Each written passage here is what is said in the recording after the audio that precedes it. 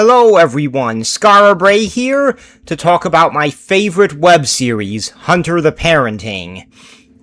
For those who don't know, and this isn't too big of a spoiler, but there will be plenty in the video, Hunter the Parenting is done by the same guys who did Emperor Text-to-Speech, and it's a series about a family of monster hunters in World of Darkness, which is another tabletop game, though I prefer Chronicles myself, but World of Darkness is plenty good. At least the earlier editions. Now, I am going to go through this video and show you just how good it is through an analysis of its writing. For those who don't know, in case you want my credentials, I am an author myself. I wrote the series Accountant Isekai, which can be found on Amazon, and on Royal Road I have Reshattered Memories as my current main series. And that's not counting the Elden Idiot series here on YouTube. So, anyway, might as well get started, though there will be spoilers ahead, so I highly recommend watching the full series, especially since I will be doing a foreshadowing counter. Some of it is big, some of it is subtle, but there's a lot of it.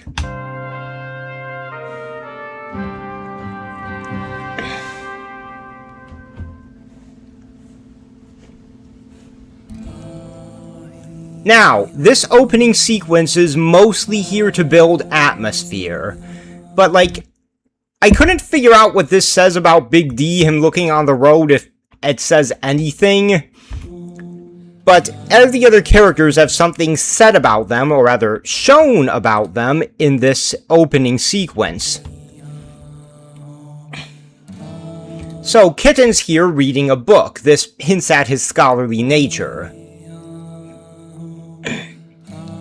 Let's see, we also have these bags, which, I think that they're sleeping bags or tents, which implies that the family has lived out of the bus they're in, the Golden Goose, for at least some time. Or at least sometimes. That's my word. Oh, and Marcus has a, gaming device, which hints that he's a gamer, which he is, shows it. Now... Oh, wow, didn't notice that thing. Not sure if I can help you guys as foreshadowing. But anyway, here's Boy and Door putting his hands on Boy, hand on Boy, implies that they are close in the manner he's doing it. Though his face is still a bit stern, which actually shows a lot about his personality. I didn't even notice this, the firelighter thing there. That's foreshadowing. Over here we have, not sure if this is foreshadowing or... Okay, horse! Horse is right there. That's another bit of foreshadowing that I didn't notice. God, I actually had a previous recording of this that, got messed up, so I'm re-recording this, and I'm noticing new foreshadowing.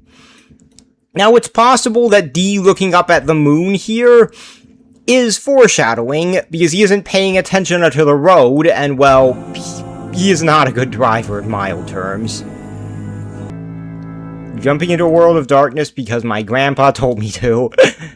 Pretty good bit characterization from Boy's perspective, and also, first bit of characterization in a way, because this implies that at least one of the characters here, to an audience who knows nothing, is the grandchild of another. Also, World of Darkness being capitalized hints at the game world it takes place in, and this quick title screen establishes both location and time. The early 2000s are, well, obviously an important time period for this since they're when they take place, but in World of Darkness, before Chronicles of Darkness was launched as New World of Darkness, they had this sort of big apocalypse source books released for each of their supplements, and that was in the 2000s. Vampire the Masquerade Bloodlines, if I remember right, takes place in a similar time period. Have we arrived? About fucking time! Alright, first bit of characterization for Big D.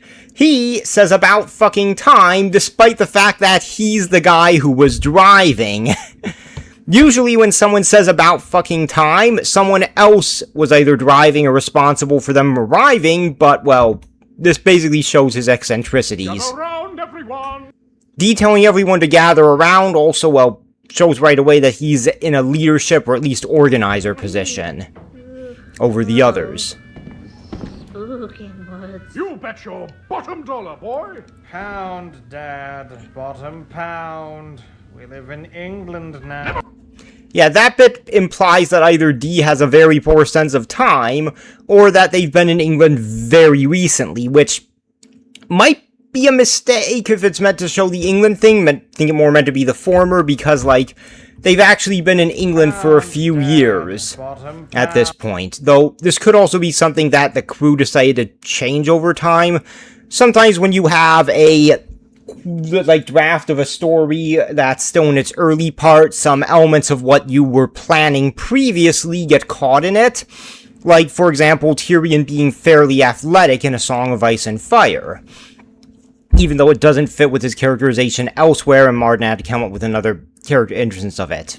Don't know if that's this, or if it's something else, but anyway. Never mind the fucking money, Marcus. Just Dee's reaction also says a lot about him. breathe it in. Fresh ectoplasmic air! Talking about ghosts right away, well, aside from those eyes in the looking at the golden goose, this basically sets a bit of a tone. Ah, it's thick with geists! Yeah, D, once again, establishing him as very eccentric right away, or maybe someone who can actually sense ghosts. We haven't quite seen him interact with ghosts in this series. I know that ghosts are very common in World of Darkness.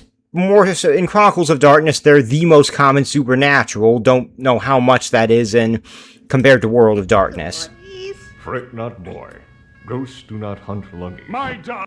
Oh, and the fact that Dor responded to this once again reiterates how close he and Boy are. And of course, if you're looking at the subtitles, the fact that Boy's name is capitalized shows that this is his real name. He isn't just being called that out of affection or because of his age. His name is literally My Boy. darling son-in-law. Why don't you tell the family where we are? Right. Now, this bit of dialogue, while it seems small, tells us a few different things. So, first off, Dee refers to him as son-in-law, which, well, will tell the audience that at the very least, someone of these children is this guy's fiance or husband or wife. Like, at the moment, the viewer won't know about him and Marcus, but this is basically hinting at it.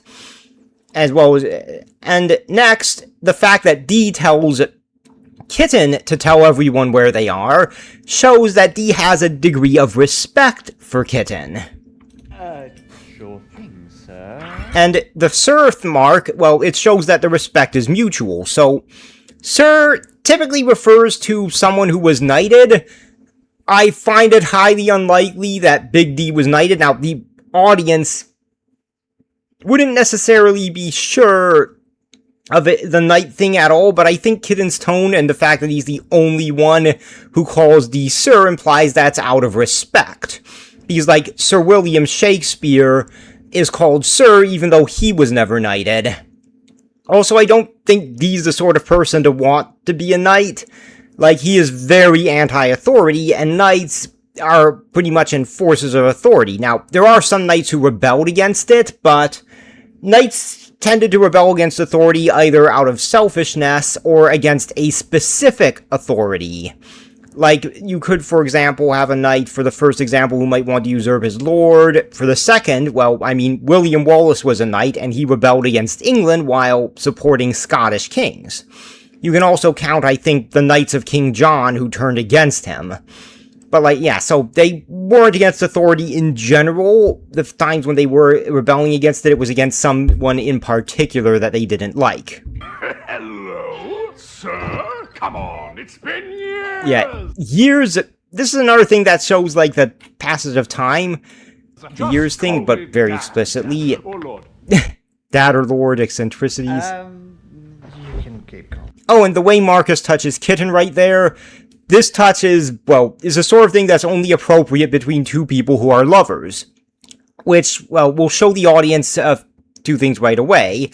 First, this guy is Kitten's fiance or husband.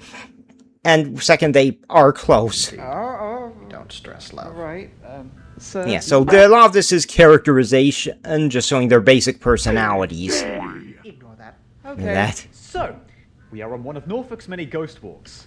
It is allegedly very haunted, and we are very... Yeah, this is, walking so, on it. now, Kitten telling us, okay, so I like to divide exposition into two different types. What I call organic exposition and normal exposition.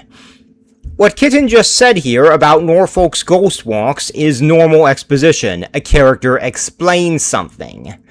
Whereas this conversation they had, right with the son-in-law thing, then Marcus doing this gesture, is organic exposition, which I tend to define as exposition that doesn't feel like exposition. It's when you basically, well, show something to the audience without explicitly telling them it. Generally speaking, organic exposition is better and feels more natural than blatant exposition, I suppose, would be a bit better. And if blatant exposition is done too much, it turns into an exposition dump. That being said, as Kitten demonstrates here, there's nothing wrong with blatant exposition if the story calls for it, and stories can need it and have both types of exposition. It is allegedly very haunted, and we are very walking on it. Neat. So, Yeah, Kitten's response says that he's a bit unsure how he, like, holds his head down there. All of us where we are headed before. Ah, okay, so, the fact that Marcus said that Big D didn't tell all of them, and apparently either just told Kitten or got the idea of it from Kitten, reiterates on the respect that Big D has to Kitten. That he seems to respect Kitten more than his own biological sons. And also the fact that Marcus wasn't told this, well, it sets up the big conflict between Big D and Marcus of D not sharing information with him. We arrive next time. This would be practical. Dor agrees, and Suggestion vetoed. yeah, Big D vetoes it. Why? Because otherwise we'd have to hear Marcus whining about how he doesn't want to go. Yeah, and now, D here deflects. Like, this is, well, it is what Marcus sounds like, but it is also a deflection on D because he doesn't want to reveal the reason why he isn't telling Marcus information, which foreshadowing, I suppose you could call it. Or maybe not foreshadowing, but looking back and noticing another detail. Complain. And I don't know yes, how to you do. break this to you, but... Fine, but not like that. Now, here we get some banter between Kitten and Marcus. The fact that they, like, their tone, while it is a bit, okay, their tones indicate that their banter, while they are both being truthful here, it is mostly good-natured. Sounds like Not really any hostile or anything. Well, yeah, I mean, wasn't your big 15 like last year? With the magic wizard card game and the clown? it was my 30th birthday. Establishing once again that well, actually, yeah, I'm definitely thinking that the first one was if the in England now is showing D's lack of sense of time, which could be a hint that because okay, so throughout this series, it is heavily implied that Big D is much older than he thinks he is, or not he thinks he is much older than he seems. Possibly hundreds, if not thousands of years old. How he got that old? It could be a mortal who found some way to attain immortality. Could be a mummy, that's one of the big theories. Could be something else. But in any case, this is these lack of time things could be hints at it. Birthday. This is what we video gamers call an epic failure, brother. You've never even heard of Gmod, Door. Yeah, aside from this establishes that Dor isn't a gamer, considering how Gmod was very popular in the 2000s. 11. And more age establishments, All right, whatever. as well as D not yeah, it doesn't respect time. My darling son-in-law, you have graciously brought our attention to this ghost walk. It is quite the trail into a wooded area. It shall be an exciting outing for the whole family. And- Is that understood? I like excitement. Yeah, Dor's deadpan delivery of I like excitement should, well, tell you a lot about his character. So this is that forest with all those active missing persons cases. A bit of foreshadowing for later in the episode. Gosh, who do you take me for? What? Oh, and actually, Dee's response is good as well. I assume. Of course. So, D saying, of course, who do you take me for? Well, first off, it implies that he goes into forests for missing persons all the time, to the point where being asked if you're going into this dangerous forest is something that he, thinks is fucking obvious, yeah. Who do you take me for? What? What indeed? Boy's like, what? Which, well, actually hints that this is basically one of his first rips here, because he seems a bit confused about what they're doing there. Brave boy, purge yourself of cowardice. It's half the reason we're here. Father, a Half the reason, basically implying that there's another half, so a bit of foreshadowing. movie may have been a more appropriate first step. His first impression of terror shall be in real life, not a movie film. We shall throw the boy into the dread inferno and see his fearful hide burn away in the conflagration. We are not throwing my son into a fire. Or I will find Yeah, a way- Door not getting metaphors is told over from text to speech a bit. Make an analogy physical and then smack you with it. My flesh consumed. Alright, hello. Sorry. Shall we go? Please. It's already 3rd croak after midnight. We need to get home in time for breakfast. Fucking Norfolk. Norfolk, yeah, the way Dita says this establishes that they live in Norfolk, and, well, he's a bit eccentric, because someone says home, and the first thing you say is fucking Norfolk? I mean, imagine if someone said, we need to get home, and I say fucking Centerville? Yeah, it's weird. Very well, my But he's been son. established as being We weird, so go. it works. Him saying my son's, well, I mean, should be obvious at this point that Boy is Dee's grandson, and he's most likely Door's child. Now, this shot actually reminds me a bit of one from Stardust Crusaders when they're first setting off. That being said, I want to talk about this big opening sequence, well, the first 5 minutes. A lot of this was establishing their characters and what each of them are like. And this is very important because this series, Hunter the Parenting, came after Emperor Text-to-Speech, which got shut down basically because GW.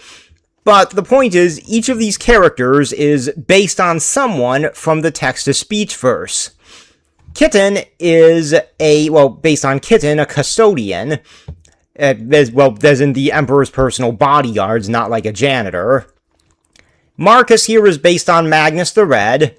Big D is based on the Emperor, Door is based on Rogel Dorn, and Boy is based on Boy, who's a Vox serf. Actually had his mouth covered with a Vox, sort of like he has it with a scarf here. But even though they are based on them, none of these guys are the same characters. A bit like the confusion people get with Greek and Roman gods, where a lot of people think that they're the same, but in reality, the Roman gods are basically their own gods that took on aspects of the Greek gods after the Romans came into contact with them. So, part of this opening sequence is to establish that these guys are different than the people you know in text-to-speech. They're not the same person, they have some similarities, but they are different. So, to give some examples, while both Big D and the Emperor swore a lot, the Emperor was far more angry than Big D ever was at this point, and was also a bit more of a manipulator. That being said, they would say the main difference is that we've seen so far is that D is clearly happier and more open about his love for his family than the Emperor was. Now, Kitten, on the other hand, is far more nervous and a bit more soft-spoken, though Kitten was fairly soft-spoken, but I would say a big difference is how more nervous Kitten appears to be and having a bit more doubts. Whereas Kitten text-to-speech was, a super soldier. Boy, so he mostly showed up in the podcasts of Emperor Text-to-Speech. So far, he seems like pretty much... he's not a Vox serf, so he didn't, grow up as basically a slave, so I say that's a good difference. Now, aside from not being a 7-foot-tall demon, I actually think it's 20 or 15. Aside from not being a giant demon, Marcus here, he's far more human than Magnus the Red was, and intentionally so. Marcus, he talks about more mundane hobbies and interests, like mentioning Gmod. Now, Door here, his base personality is similar to Rogel Dorn, but Rogel Dorn was never really depicted as fully being, a very brotherly to Magnus the Red, whereas their banter here was mostly friendly, as opposed to Rogel Dorn calling Magnus the Red a traitor. So there's that. Now, the differences will become more explicit as time went on, but the first episode needs to establish that these guys are different from their text-to-speech counterparts, even if there are some similarities. Look alive, boys. Unlike the ghosts, the woodland corridor calls to us. Keep an eye out and a brisk pace. No complaining, Marcus. Singling out Marcus for complaining, but complaining about him, which calls back to something that we've seen earlier. Dad, What? And now we go. Yeah. how much of this place do you remember? A little bit. Alright, a bit of characterization here. So, as well as building up of atmosphere, we're going into a bit more of a horror atmosphere, though the comedy will never fully leave. So, the reason for this sort of twist in atmosphere that we're going to get, a bit of the reason for the atmosphere that we're going to get, which shifts from comedy into horror, and back so, is because of, this is how Bruva Alpha Busa sees World of Darkness. Something really funny, silly, weird happens, then something horrifying, something comedy, something horrifying. Like, he basically explained in his TTS video, not TTS, in a special video that I'll probably include the image of here. But basically, the tone of this series is meant to fit what Bruva Alpha Busa sees as the tone of World of Darkness. Not sure if I fully agree with him on the tone, but he does a good job of capturing, at least what he sees as its tone. That being said, I do think that, even if I don't 100% agree with him on it, I at least 80% do so. Anyway, now, back to the dialogue. How much do you remember this? Well, this basically establishes that Kitten here has been in this place before, at the very least a long time ago. A little bit. Which, hints very loosely that he has been in Norfolk for a very long time. Possibly quite a bit longer than the family. Bloody creepy. Also, Dee doing stuff in the background is a funny background event and foreshadowing. You know, Cock. Stop ruining the mood. We're just talking about Cockthorpe. Relax. Just down the road from home. Hey, did you know Cockthorpe has a church? yeah. Okay. That's like saying cockhead. What the fuck? Now, the dialogue between Marcus and Kitten, while intended, it basically has a few purposes. First, it's comedic. Second, it establishes their characters and the banter between them, and well as how close they are. Yeah. That's basically purposes. More establishing of Boy as being, he's a scared child, which is honestly a bit different from Boy from TTS, who was far braver. Probably due to already having experienced so many horrible stuff. It's not a dying woman. D being very specific here is not helping and kinda shows how his eccentric nature can, make things a bit worse. Probably not dying.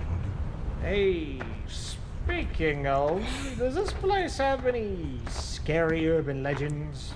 You know, aside from those incredibly current missing persons reports. Holy shit! Building up the mood, bringing up missing persons. Off his bike here. Ooh, fuck, scary! Anything else? Okay, actually.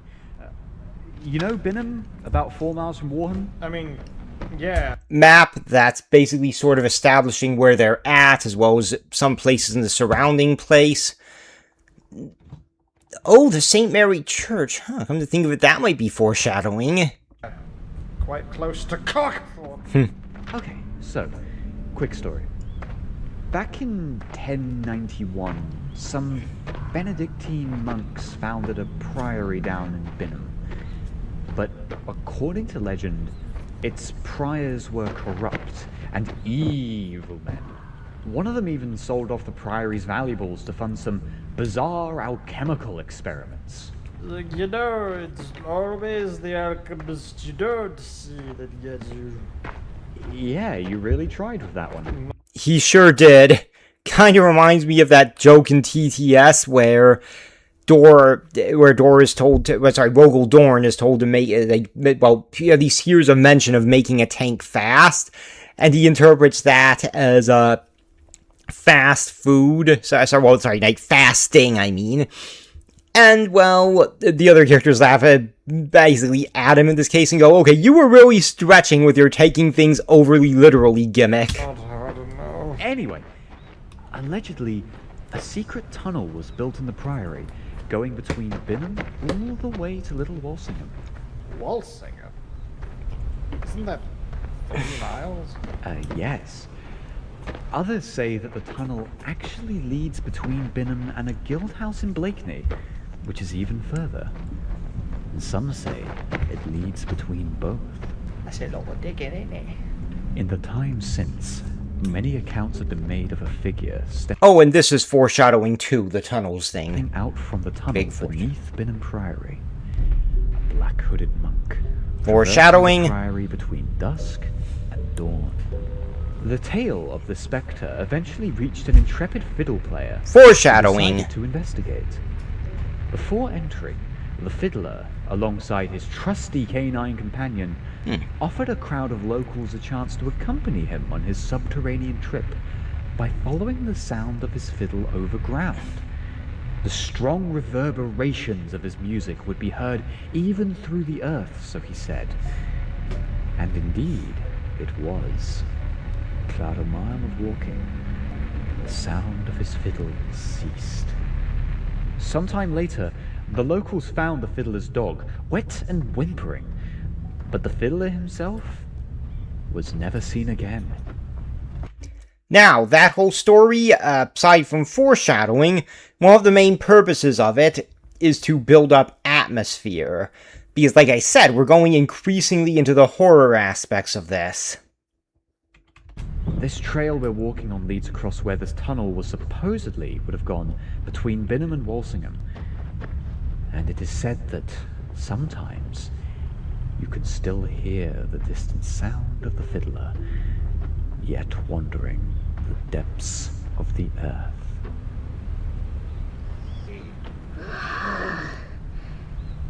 I have learned to fear ground fiddle. That's all I remember, though.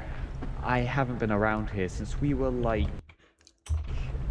11, maybe? Yeah, so, as Marcus will point out in a moment, another purpose of this, well, his dialogue here rises up. He remembered this incredible story in great detail, and, well, how much has he forgotten? So, well, okay, I'll just be quite clear. Yeah, in simple terms, this whole thing is basically meant to establish just how much of a scholar he is. He knows this thing despite not being there since 11. How much toll nods do you have? A lot. And he considers this not remembering it well. That's all I remember. Fucking hell, like you didn't just Yeah, write like down Marcus an entire points out. encyclopedia on the subject. Yeah, shit, sorry. And Marcus pointing it out, while it might be very explicit, and while it might... Okay, so this sort of explicit dialogue in another series might be bad because it's too blatant, but here, it's actually pretty good because it helps, well, establish characterization for Marcus and Kitten. Kitten basically considered that very little, Marcus is like, what the fuck, it's not. Basically sort of hinting at some esteem issues possibly for Kitten. And Marcus trying to, like, cheer him up about it. Apologize. I'm always impressed. There's no one that likes you more than me. Though, well, this hints at jealousy and, well, Marcus's relationship with Kitten, even if it's still technically along the lines of good-natured banter, if you squint a bit. What? Where did that come from? Fine. And we have seen some evidence of that throughout the episode. Like you more than him, so it evens out. Lovely and dysfunctional. I'm happy you are mostly the former. Nice. Shit, speaking of, actually, have you ever been in these parts? Not really. At least, nothing I remember. That's fine, honestly. I don't think you missed anything special. Go, Sluggy! Purge yourself of these noises, boy! Also, well, this is sort of the building up of... Okay, this is sort of going back to boy's courage thing being half the reason they're there. This is being essentially shown and reiterated to be true because, well, D is focusing a lot on boy. Master of your reality, whip it into submission with your giant... Trying to help him basically through a test of courage, so to The big speak. sound of the woods are Establishing Krakus. bears and people. Was that a bear or a people? Boy, do not speak to Krakus. Well, I don't. He's just always screaming from the ditch. I think this counts as foreshadowing with him, but anyway. Halt!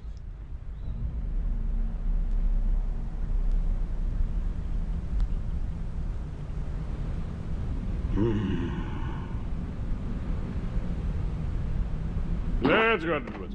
Yeah. Yeah, I think D's bit there was foreshadowing of something else that, well, we'll get to later in this episode. Already in the woods. Okay, that is what you meant.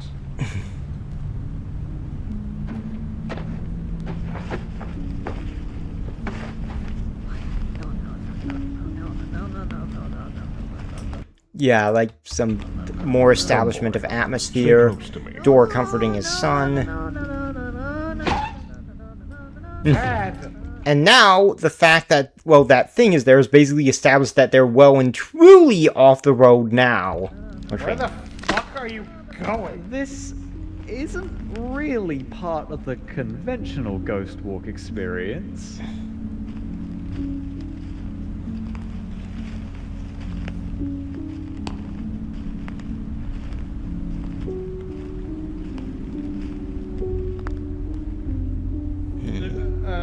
Wait, is And now, Father, do you wish to enter this hole?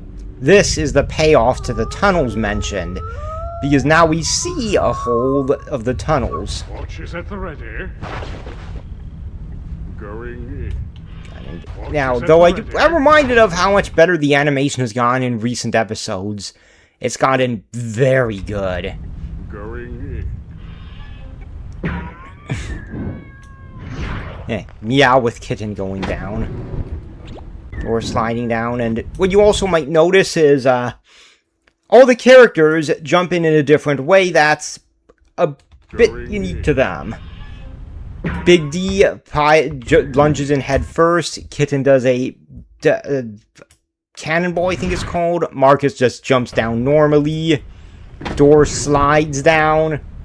And Boy does the same thing as his father, albeit a bit more, I suppose, reluctantly. Okay, let's... Oh yeah, and here's something.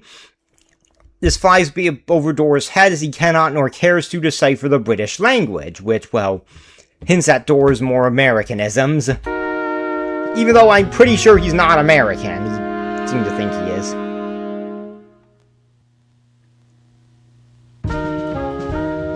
And here this basically shows out, hints at the gamer stuff where it shows at the end and how they were related and such. Sorry, and how they first met here, Marcus and Kitten.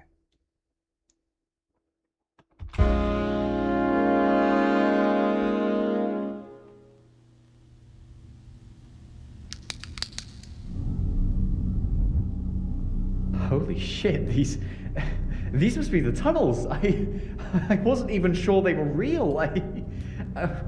Fucking hell, I'm alright. Keep an ear out for fiddles, boy. Wait, come look at that! Yeah, Marcus being a scaring Boy, basically a bit playfully in this case, hints more of their relationship.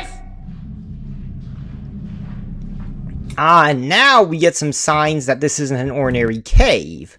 First, we have some shovels in the background, which, well, as well as some explosives that were presumably used for excavation. I think that's a barrel of explosives. Well, it basically implies that these tunnels are being increased.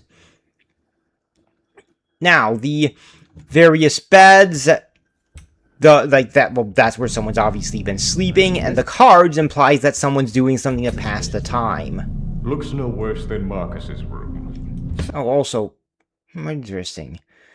we can see that there's... Isn't this suspicious? Okay, there's some stuff on the beds.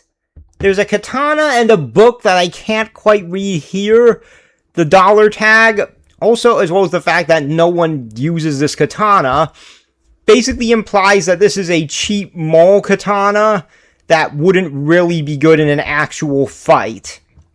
Also, these teddy bears and a Furby, a bit stitched up and damaged. I wonder which of the vampires has each of these beds.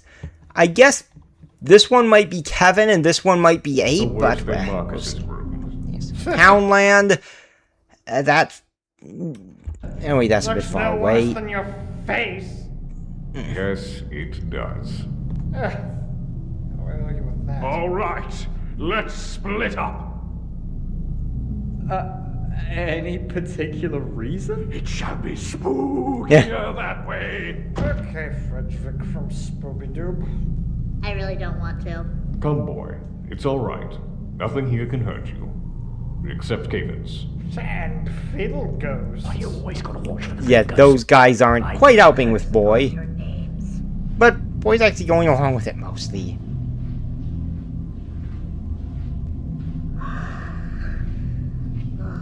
Okay. Just keep swimming. Just keep swimming. I think that's... No, the film was at the day. Because that's from Finding Nemo.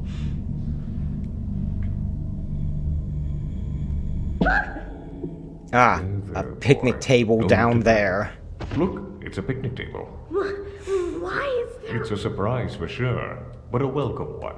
Doer's liking it as well as this stuff. It basically establishes, well, his construction, or at least hints at how much he likes construction and designs and similar things, which is a trait he carries over from Rogel Dorn. I'm 11. A moment, boy. I must measure the board with. Why? It must be done, boy. Yeah, and this basically establishes just how fanatical he is about constructing stuff.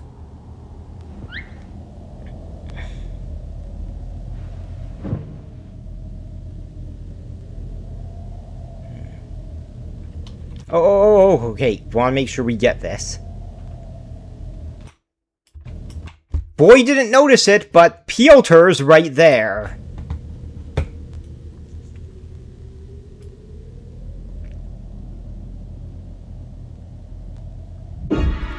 And now he shows up, and this is a bit of foreshadowing for Piotr's character. Well, rather, not foreshadowing, but character establishment. Piotr's a vampire, and yet the first person he goes after is a child.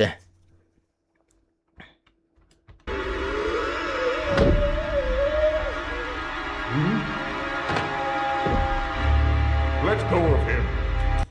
And now, as Dor comes there, he gets attacked. 2 for 2. Don't worry, kid. It'll all be over soon. And now we're fully into the horror.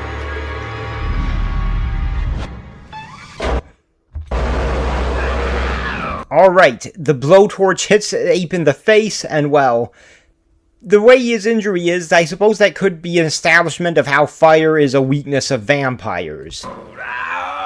And yeah, this is where the foreshadowing of the blowtorch was earlier. Well, actually, as well as the visceral fear reaction from Piotr is part of it, too, I suppose. Door, you good? Yes. Just goes in and shoots him right away. And also, well, this establishes right here, because once again, not everyone who read this, who sees this, would be familiar with how vampires work in World of Darkness.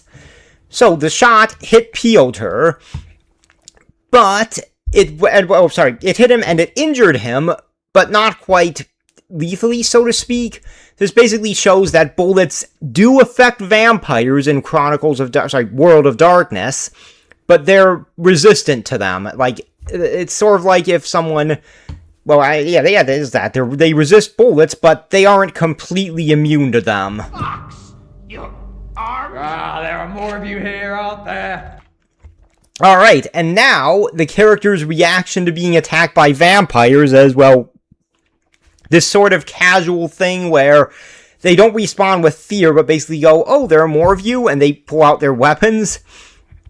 Well, this establishes that they probably do stuff like this a lot. Light it up, Marcus. Why, of course. Now, this contraption that appears to be a bunch of glow sticks taped together signifies that Marcus is a bit of an inventor, or at least someone who can improvise stuff together. Sort of a creator like Dor, but more of a mad scientist type, which we'll see more of later, than Dor more conventional building. And here we have the full group of vampires. Are these ghosts? No, boy. They're vampires. The fact that Kitten knew this right away, and none of the others seemed to be too phased aside from, well, boy, establishes a lot about them. And the fact that he knows Kindred, which is the vampire word for vampires in World of and Chronicles of Darkness, that also says a lot about him and the family. Now, the lick part is important, because, like, saying probably just licks basically implies that these are not necessarily a different type of vampire, but perhaps from the perspective of someone who hasn't seen Chronicles of Darkness. But the wording combined with the tone implies that they are weak vampires, not exactly the strongest of their kind. These ones are probably just licks. What did you just fucking... And yeah, that also implies that lick is an insult by his reaction, Shitbeards. I'm freshly read up. Well, I got a name for you. Dead meat. Shut the fuck up, shitbeard. Yeah.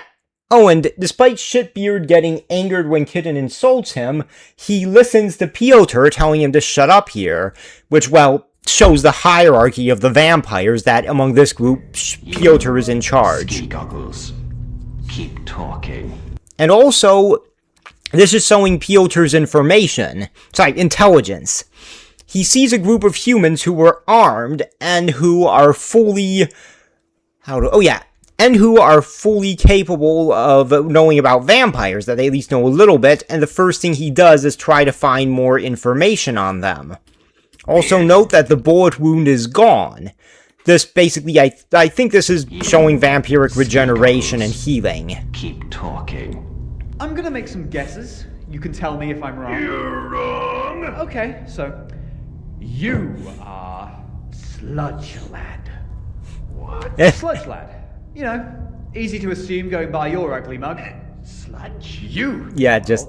Human-animal type vampire.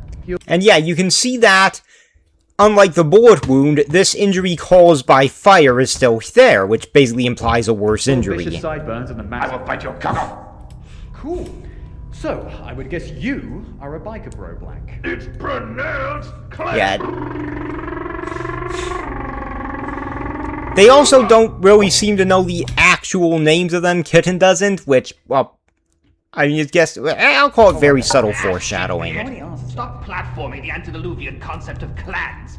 Oh, and if you're someone who knows World of Darkness, you'll know that this is a very big hint that these guys are Sabbat. Because, like, Sabbat are the vampire faction that... well, they claim they don't believe in the antediluvian concept of clans.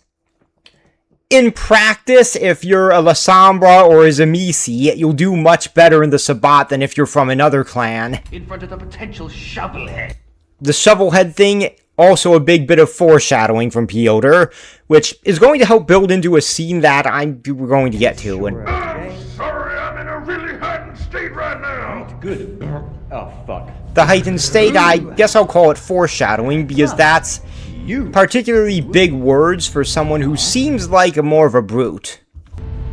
A vampire wizard. How would you know this? We have giant brains. You're not that hard for us to figure out. Okay. Yeah, not But everything your mate just said was wrong. not entirely, but names at least. Now enough with the distractions, son-in-law. Sort of. We have them surrounded. Fuck, boss. boss, it's not looking good. You foul ape! You drew hunters to the launch site of the crusade! Fuck yourself. Fucking overfeeding! Now, this, from Kevin there, with his criticizing of the overfeeding, is a bit of foreshadowing there, because he's the only one of the vampires in this group to criticize overfeeding, or rather, hunting down and killing and drinking too many humans. He does it for purely practical reasons and not moral ones, but he still criticizes it, which is a bit of a hint at his characterization. There's no such thing as overfeeding! Abe saying that is also characterization. Well, boys. Do like Door's deadpan response, too. Minutes. Kill the hunters. They eat us! That's the stuff. Scream for me.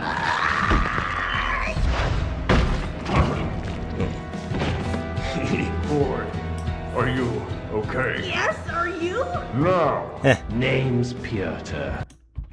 Figured you ought to know the name of the guy about to eat your goddamn soul. Foreshadowing. You fucking pig!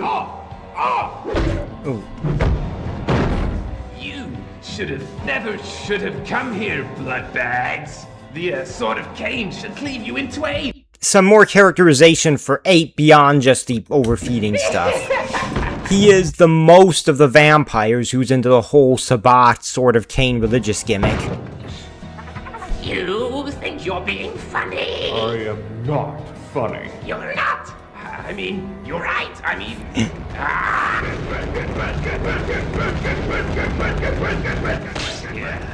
Any other tricks you had up your sleeve here? Fire from Marcus. Face burns out. fuck you. Hey! Do yourself a favor. Stop brutalizing my fiancé, please! You get to have a fiancé? Fuck you. More characterization from Shitbeard. He really doesn't like being a vampire. And you'll see more of that soon. Your funny little fort has been sieged, bloodbag. Another shot. Yeah, we've seen here that, well, multiple gunshots can damage a vampire, but ultimately aren't quite enough to kill them. Stay your heart takes out one. One down. Door got one! And his eyes gone from the blast of fire. Bloodbag, I can hear you. Well, hey, you're the nastiest vamp I've ever seen. Yeah, a bit of foreshadowing for what some Nosferatu are like. You're a goddamn tease, lover boy! You seem smarter than the other. But an angry vampire is unpredictable. Not... Bit of foreshadowing, because Piotr just basically kind of accepts his defeat here and getting staked. This is, well, bit predicting that despite the fact that he's clearly a bit of a cowardly opportunist, he also does have a sense of honor in a way, or at least respect. Which will be important later. Hell yeah, companion! Coming here in our space. You don't fit the fight back in our hole. You don't get anything but death. Please? You know, Marcus is kind of lucky that he's in a gay relationship, because after that last blow, I'm pretty sure he has no chance of having children. Please. You little shitheel. You don't want to be embraced? Spoil little ass. Not on your life. You're me. And now, Looks like I embraced you. Steak Jacket, another showcase of Marcus inventing something. I got one. At least in a small way. That was incredibly irrational. Fuck you, Door. I got it. I think we all got one, actually. Anyone have an ice pack? I got an ice pack. Yay, boy with the ice pack! You. he is Your not handling contraption things well. has many problems. You could have tripped on the way here and hurt yourself. Correct. But I didn't. The vampires could have noticed and not jumped at you. Correct. But they did. Yes, this time. But next time, maybe you should just bring a gun. Okay, so, very important characterization for Marcus here. Door points out multiple things that are perfectly good design flaws and good points regarding his stake jacket. And Marcus's response is this. Fuck you, America. Stay Also, more establishing of Door's possibly fake nationality. jacket is the best idea. Tell him. Now, this could be in part because Marcus probably has a concussion after that beatdown and isn't thinking clearly, but it's also due to his arrogance. So Marcus is arrogant. He isn't like, oh, I'm better than everyone else in a Gilgamesh sort of arrogance. Though there's a bit of that too in him, but most of his arrogance is him being so more overconfident in himself and his ideas in a different way. But like, this basically establishes Marcus's full stuff. So like, Marcus basically responds to people giving legitimate criticism of his invention is, fuck you. It isn't, okay, yeah, that's a good point, I work out the design flaws. It's regression, even though everything Door said is valid and right. Tell him you think it's such a cool The idea. jacket's very clever, Marcus, but hold on a second. Was that really all of them? Not quite. I was waiting for you to notice. Not a step closer! No harm shall befall me! Gentlemen, this man is a wizard. Now, we haven't quite established how good a hunter D is, but he is at the very least the leader of the family, and implying grandfather implies that he's the oldest and most experienced hunter out of all of them. And yet, he basically got captured by Kevin here, which establishes just how dangerous the supernatural can be if you let your guard down. Even a hunter as good as D, or rather at least as experienced, can pretty easily get killed if they make a wrong move. I cannot. It is the immense power of the wizard-type strain. He's dominating our wills. Yep, establishing that Kevin's using domination, which is important because he isn't using blood magic here. He's using more domination. Fools dare invade the lair of mighty Kevin! These tunnels are not yours to traverse. They are the domain of the Canaanites, then, now, and forevermore. And you shall not leave, knowing their existence. Legend! So your kind was behind the death of the fiddler. The fiddler? What the fuck? An ancient wives' tale. More characterization for Kevin. I think that short pause was Kevin going, what the fiddler? What the fuck are they? Oh, they were talking about that! And then he continues on with his exaggerated gimmick Far here. beneath me, Kevin. But I would not bet against it. These mystic halls hide many secrets, but none for you to know, kind. All your knowledge is ours now, tick. You and your whole little rat pack are gonna sing like sopranos when we... Another line establishing the nature of vampires as well as showing what they're doing with them. I think I might call it foreshadowing a bit, but the main thing is that this shows that the vampires aren't dead. The stake to the heart paralyzes them, it doesn't kill them. Which is, of course, important for the rest of the plot and something that you need to establish now so that in the next episodes people aren't, like, confused. Fear the will of Kevin. Father, you foul swine. You have made me so hungry. Father! It's fine, my children. You have done me proud. Enough! The beast shall be denied no longer!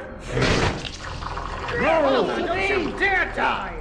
Oh, this sweet nectar! Mighty Kevin demands more! But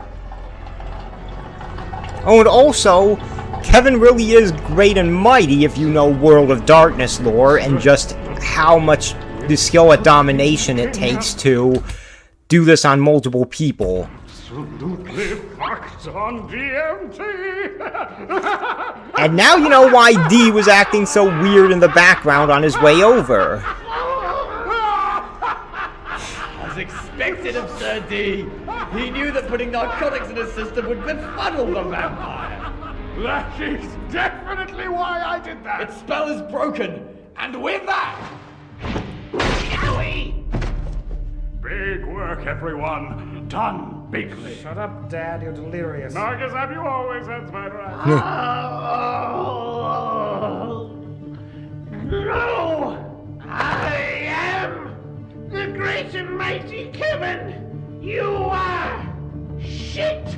Spit rotting in a ditch at the side of the road! Compared to me! Yeah, a lot of characterization for Kevin with his more classic style, I suppose, Gilgamesh-like arrogance. You shall obey! Obey! We got more mind control, lads. Like I trained you, boys. Break eye contact. And shatter concentration. Now... in a way showing how domination can be countered.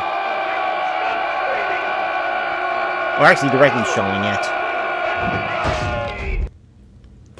And there are the captured vampires, with Kevin having a lot more stakes than the How others. it's done. Woo! Fabulous job, boys. A few more piles like these, and I'd say you're ready for the big league. 4 vamps. That's more than we've ever caught before. Which, well, once again, this line here basically confirms that they've done this before to the audience. Holy shit, I cannot wait to get back to study them. Yeah, back to my house. Because I'll Showing Kitten's doubts, which will be sort of minor plot points so far. actually get to do that this time, right? Yeah, basically showing that there were times when they captured vampires and didn't get to study them. Marcus, I'm so proud of your scholastic habits. Just leave the wizard to me, and I'll give you the Putting lot. murderous vampires in my house to experiment on. That's great. Boy, you did good tonight. I hate vampires so heckin' much. Boy, language. No, boy, you're doing well. Learning to sublimate hate in place of fear is part of becoming a well-adjusted adult. Like me! Father, I don't think Very good advice from Big D, Also, I though his love reaction also shows a my bit of his precious personality grandchild. too. You did so well. All I did was scream and give ice packs. Son, the journey of 100 miles begins with a single step. And this was the first step on your road to confidence. I kind of don't want confidence. I want to go home. Do Halo 2 Deathmatch. Too bad we didn't get a single look at any fiddlers or black-clad monks. You know what? I feel like we got our fill of supernatural creatures anyhow. Just hope the Arcanum doesn't find out this time. More foreshadowing, this time regarding the Arcanum, which will become a very big plot point later on. Fine. It really is. For this kind of catch, the ends very much justify the means. Well said, sons. And besides, it's like I always say, no witnesses, no crime. Which should say a lot about the family's attitude as a whole. I don't pay taxes, kids. Despite the severe head trauma, fuck, adrenaline is so potent. This was a pretty cool trip. That's the spirit, Marcus. But the night isn't over yet. We've got vampires to interrogate, and I've got ayahuasca to brew in the cabinet. Oh, I love ayahuasca. Bit of foreshadowing here that would be important too. That boy has drank alcohol Yes, before. you do, my sweet And he little is grandson. pretty fine with it. Family, let's go home. Taking more DMT before driving. Not the best idea. But, well, these crazy driving will come up again.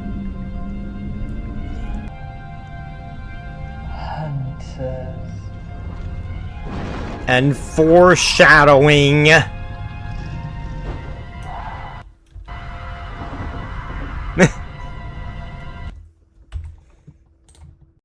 Thank you for watching, everyone, and remember to like, comment, and subscribe.